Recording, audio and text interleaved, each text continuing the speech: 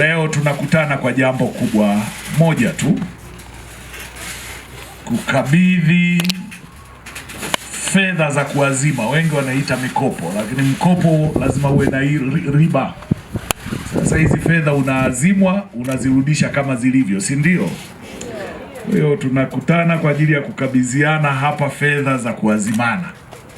Halmashauri yetu ya Makambako,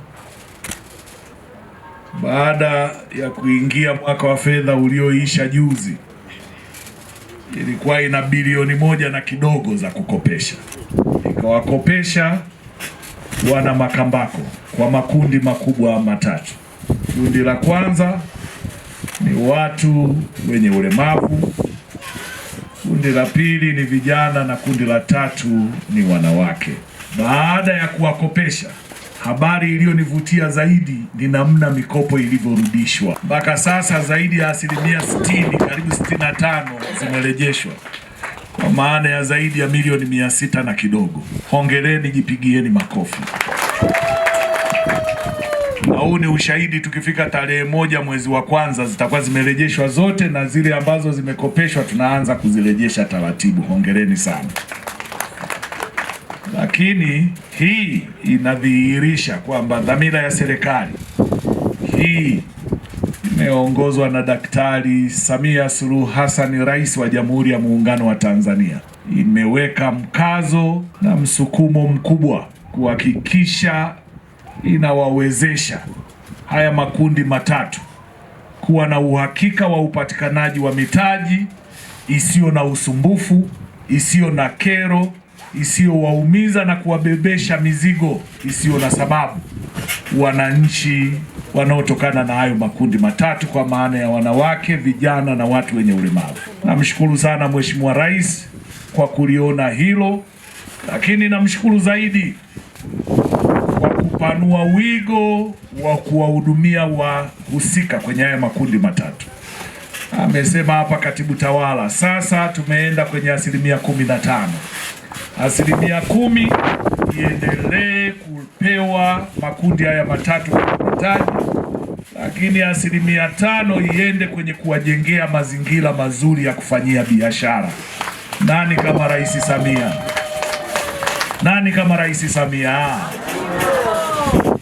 Huko ndio kuwajali wananchi. Anakupeni mtaji, lakini anawatengenezea na mazingira, na ameweka utaratibu. Kama kwa mwaka mapato ni bilioni 4 au 3, maana yake fedha zitazotengwa zitakuwa ni fedha za 15%, na 5% itajielekeza kwenye kujenga mazingira mazuri ya kufanyia biashara. Lakini nipongeze halmashauri, kupongeze mwenyekiti wa halmashauri, waheshimiwa madiwani na management kupitia mkurugenzi. Mlikuwa mna uwezo wa kupokea hizi fedha na kukaa nazo, lakini kwa haraka mmeenda tena kutambua vikundi vingine, mnarudisha milioni 430 na kidogo kwa ajili ya kuwawezesha makundi mapya kuendelea kujinufaisha, na yale ya zamani kama yameomba kwa ziada ili kupanua shughuli zao. Hongereni sana.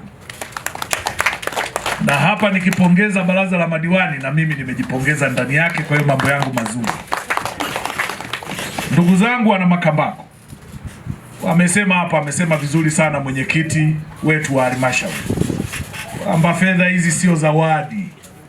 Fedha hizi ni fedha za mzunguko. Unapewa wewe leo, kesho anatakiwa apewe mwingine. Kwa hiyo wewe ukirudisha kwa nidhamu, utamfanya na mwingine anufaike. Kurejesha kwa nidhamu kunatuondosha kwenye riski kubwa ya changamoto ya fedha zinazochukuliwa, zinaitwa nyingine nyonya damu, nyingine kausha damu, nyingine mikopo umiza, nyingine mikopo sijui ya nini. Maana yake tutawasaidia wengine kutokwenda kwenye mikopo ambayo inawabebesha mzigo mkubwa. Kwa hiyo mimi nitoe wito na nisisitize, ni muhimu turejeshe fedha hizi kwa nidhamu. Twende tukajitume. Na hapa wala hatuna haja ya kusisitizana. Wana Makambako sisi ni wachapakazi. Waliopewa guta, huu ni msimu wa mavuno. Uongo ukweli? Waliopewa bajaji, huu ni msimu wa kwenda kuvuna, watataka watu kwenda na bajaji shambani.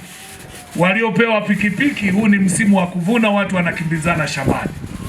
Huu ni wakati wa kutafuta noti, na sisi wala kuhusu kuwajibika sio jambo la kufundishwa. Kweli si kweli? Mimi niwapongeze kila mmoja atayepata chombo aende akajitume, akaweke bidii, akaweke uaminifu. Hakuna mafanikio bila uaminifu. Watu wote waliofanikiwa ni wale waliowekeza kwenye uaminifu. Ukiwekeza kwenye uaminifu, na Biblia inasema ukiwa mwaminifu kwa kidogo, si ndio? Ni waombe tuweke nguvu kwenye uaminifu.